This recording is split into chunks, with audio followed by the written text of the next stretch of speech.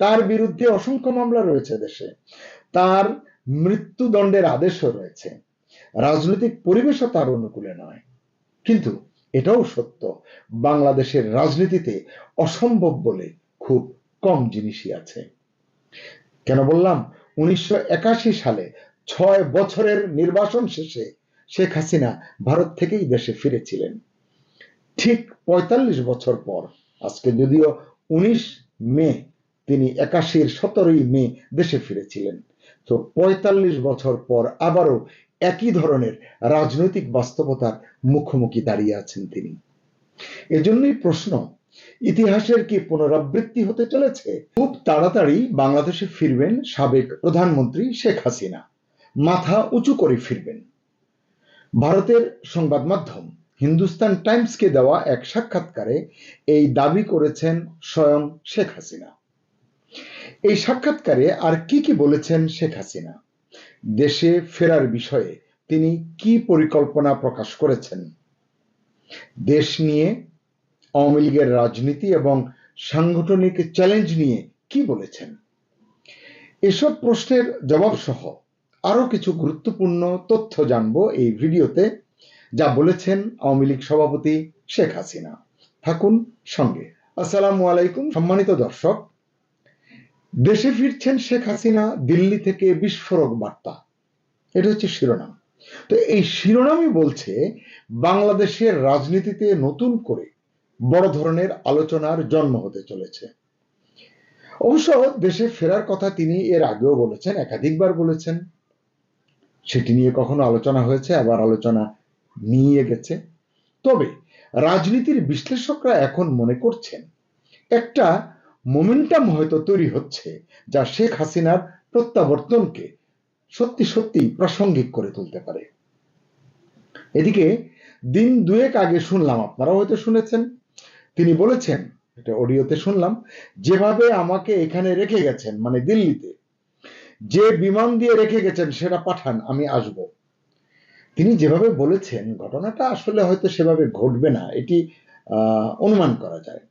তবু হিন্দুস্তান টাইমসকে দেওয়া সাক্ষাৎকার নিয়ে বিশ্লেষকরা কিন্তু আলোচনা করছেন, কথা বলছেন।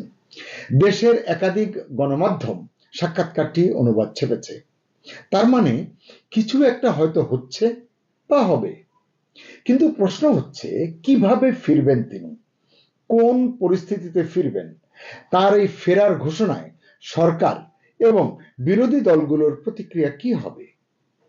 শেখ হাসিনার ফেরার বার্তা কি শুধুই আবেগময় কিছু কথা, নাকি একটি বড় রাজনৈতিক কামব্যাকের সংকেত? সাক্ষাৎকারে শেখ হাসিনা স্পষ্ট ভাষায় বলেছেন তিনি নীরব নন, বরং অনেক বেশি সক্রিয়। এটি মাঝে মধ্যে অনুধাবন করা যায়।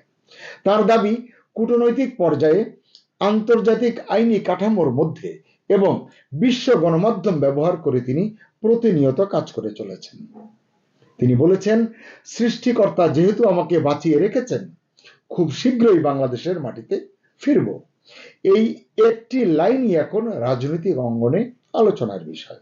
কারণ অনেকেই ধারণা করেছিলেন শেখ হাসিনা হয়তো দীর্ঘ নির্বাসনের পথেই হাঁটবেন, কিন্তু তার এই বক্তব্য যেন বলছে ভিন্ন কিছু। তিনি যেন পরিষ্কার বার্তা দিলেন, আওয়ামী লীগকে বাদ দিয়ে বাংলাদেশের রাজনীতির ভবিষ্যৎ নির্ধারণ করা যাবে না। দেশে ফেরার জন্য তিনি দুটি শর্ত সামনে এনেছেন। প্রথমত, রাজনৈতিক অধিকার পুনরুদ্ধার হতে হবে। দ্বিতীয়ত, দেশে একটি গণতান্ত্রিক পরিবেশ নিশ্চিত হতে হবে। এই যে দুটো শর্ত তিনি দিলেন, এই দুটো শর্তের রাজনৈতিক অর্থ কি?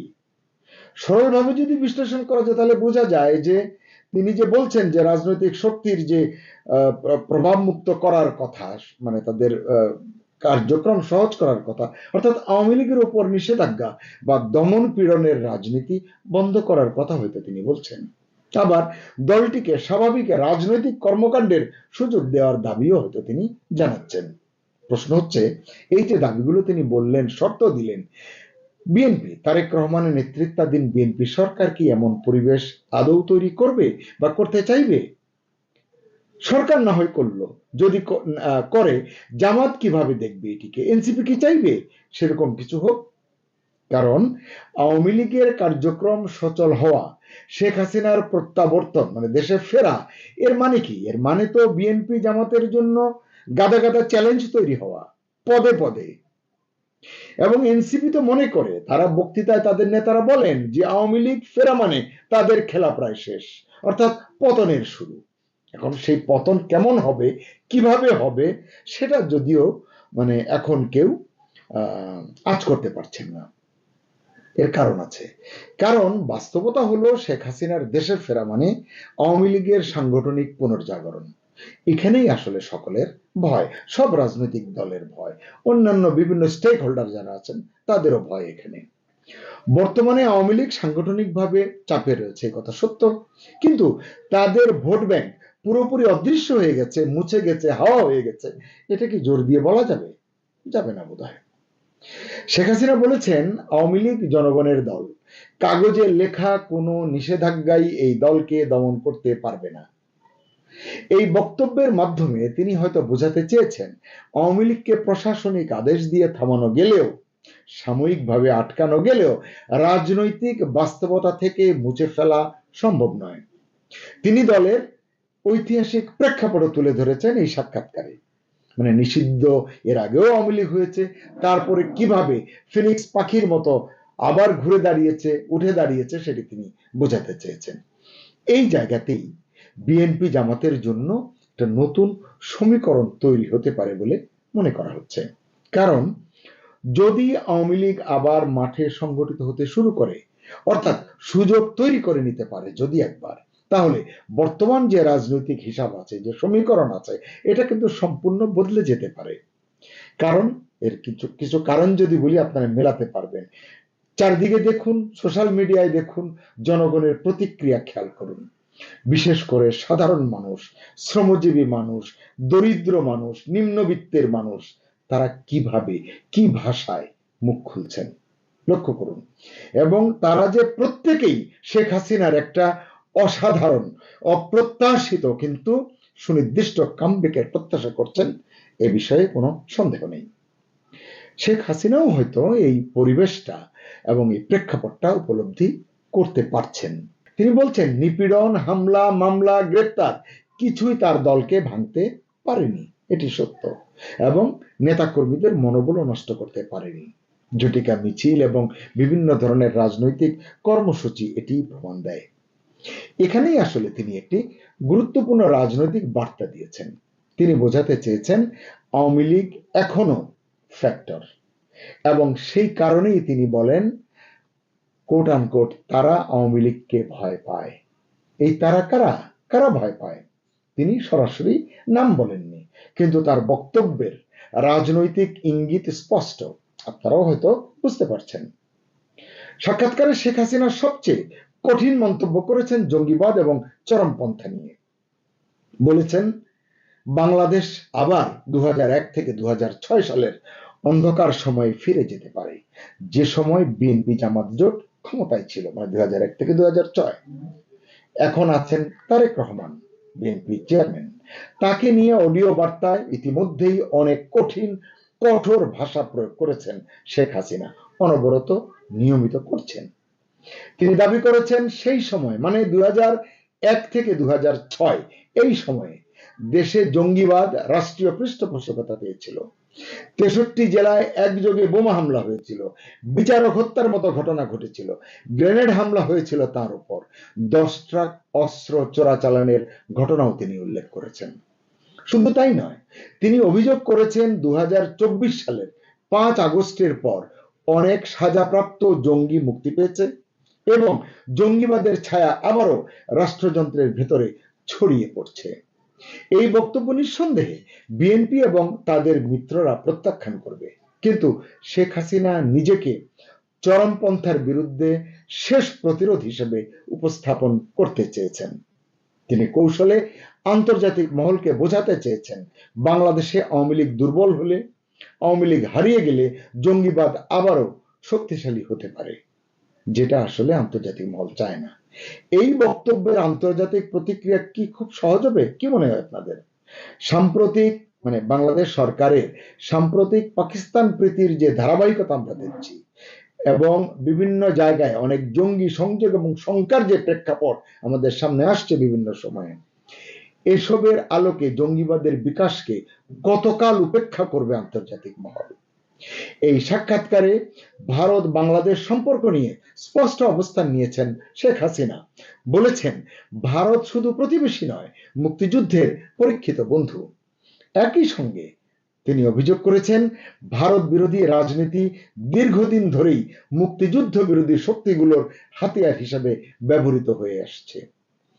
এবং তিনি বলেছেন যে আওয়ামী লীগকে তার বিরোধী রাজনৈতিক প্রতিপক্ষ সবসময় দেশ বিক্রি করে দিচ্ছে ভারতের কাছে নতজানু নীতি অবলম্বন করছে, এতে নানা অভিযোগ করেছে। কিন্তু তিনি একথা বলেছেন, ইউনূসের অন্তর্বর্তী শাসনামলের 18 মাসে এবং তারেক রহমানের বিএনপি সরকারের 3 মাসে তারা একটিও নতজানু নীতি বা দেশ বিক্রির চুক্তি বা গোলামি চুক্তি তারা কেউ জনসমক্ষে আনতে পারেনি, কারণ তিনি এমন কোনো চুক্তি করেননি। তিনি বলেছেন, ছিটমহল থেকে শুরু করে সমুদ্র যে সীমা অর্জন করা, আদালতের মাধ্যমে ভারতের সঙ্গে লড়াই করে আন্তর্জাতিক আদালতে, সবকিছু তিনি করেছেন দেশের জনগণের কল্যাণে। তিনি দেশের স্বার্থকে সমুন্নত রেখেই ভারতের সঙ্গে চুক্তিগুলো করেছেন। এই যে পাইপলাইন দিয়ে অতি সম্প্রতি যে জ্বালানি তেল এলো, এটি নিয়েও তাকে অনেক সমালোচনার শিকার হতে হয়েছে, এই কথাটিও তিনি বলেছেন। তো যাই হোক, যে কথাগুলো তিনি বলছেন, এই কথাগুলোর বা এই বক্তব্যগুলোর রাজনৈতিক তাৎপর্য কিন্তু অনেক বড়। কারণ বর্তমানে বাংলাদেশ ভারত সম্পর্ক নিয়ে উত্তেজনা, সন্দেহ এবং কূটনৈতিক দূরত্ব নিয়ে অনেক আলোচনা কিন্তু চলছে। সেখানে শেখ হাসিনা যেন দিল্লিকে আবারও এই বার্তাই দিলেন, আওয়ামী লীগই ভারতের সবচেয়ে নির্ভরযোগ্য রাজনৈতিক বন্ধু বা পার্টনার। আরেকটি গুরুত্বপূর্ণ বিষয় হলো, শেখ হাসিনা দাবি করেছেন তাকে এর আগে 19 বার হত্যার চেষ্টা করা হয়েছে, পরম করুণাময়ের কৃপায় তিনি বেঁচে গেছেন। 2024 সালের 5 আগস্ট তাকে হত্যার পরিকল্পনা ছিল বলে তিনি ইঙ্গিত দিয়েছেন। এই বক্তব্যের মাধ্যমে তিনি নিজের রাজনৈতিক প্রত্যাবর্তনকে শুধু ক্ষমতায় ফেরার প্রশ্ন হিসেবে না দেখিয়ে এক ধরনের বেঁচে ফেরা এবং মিশন হিসেবে উপস্থাপন করেছেন বলে মনে হয়। এখানেই আসলে একটা আবেগের জায়গা তৈরি হয়, কারণ তার সমর্থকদের কাছে, নেতা কর্মীদের কাছে এটি ফিরে আসার অঙ্গীকার কিংবা ঘুরে দাঁড়ানোর অঙ্গীকার হিসেবেও কাজ করছে বা করতে পারে। তবু কিন্তু প্রশ্নটা প্রাসঙ্গিক, শেখ হাসিনা কি সত্যি দ্রুত দেশে ফিরতে পারবেন? আমরা যদি এর গ্রাউন্ড রিয়েলিটি একটু খুঁজি, কি দেখতে পাবো? বাস্তবতা হলো, তার বিরুদ্ধে অসংখ্য মামলা রয়েছে দেশে, তার মৃত্যুদণ্ডের আদেশও রয়েছে, রাজনৈতিক পরিবেশও তার অনুকূলে নয়। কিন্তু এটাও সত্য, বাংলাদেশের রাজনীতিতে অসম্ভব বলে খুব কম জিনিসই আছে। কেন বললাম? 1981 সালে 6 বছরের নির্বাসন শেষে শেখ হাসিনা ভারত থেকেই দেশে ফিরেছিলেন। ঠিক 45 বছর পর, আজকে যদিও 19 মে, তিনি 81-র 17ই মে দেশে ফিরেছিলেন। তো 45 বছর পর আবারও একই ধরনের রাজনৈতিক বাস্তবতার মুখোমুখি দাঁড়িয়ে আছেন তিনি। এজন্যই প্রশ্ন, ইতিহাসের কি পুনরাবৃত্তি হতে চলেছে, নাকি এটি শুধুই রাজনৈতিক চাপ তৈরির কৌশল? এর সঠিক জবাব সময়ই দেবে। সুপ্রিয় দর্শক, আপনার কি মনে হয়, শেখ হাসিনা কি সত্যি দ্রুত দেশে ফিরবেন কিংবা ফিরতে পারবেন? বর্তমান রাজনৈতিক বাস্তবতায় তা কতটা সম্ভব বলে আপনি মনে করেন? কমেন্টে আপনার মতামত জানান। ভিডিওটি ভালো লাগলে লাইক দিন, শেয়ার করুন এবং সাবস্ক্রাইব করুন।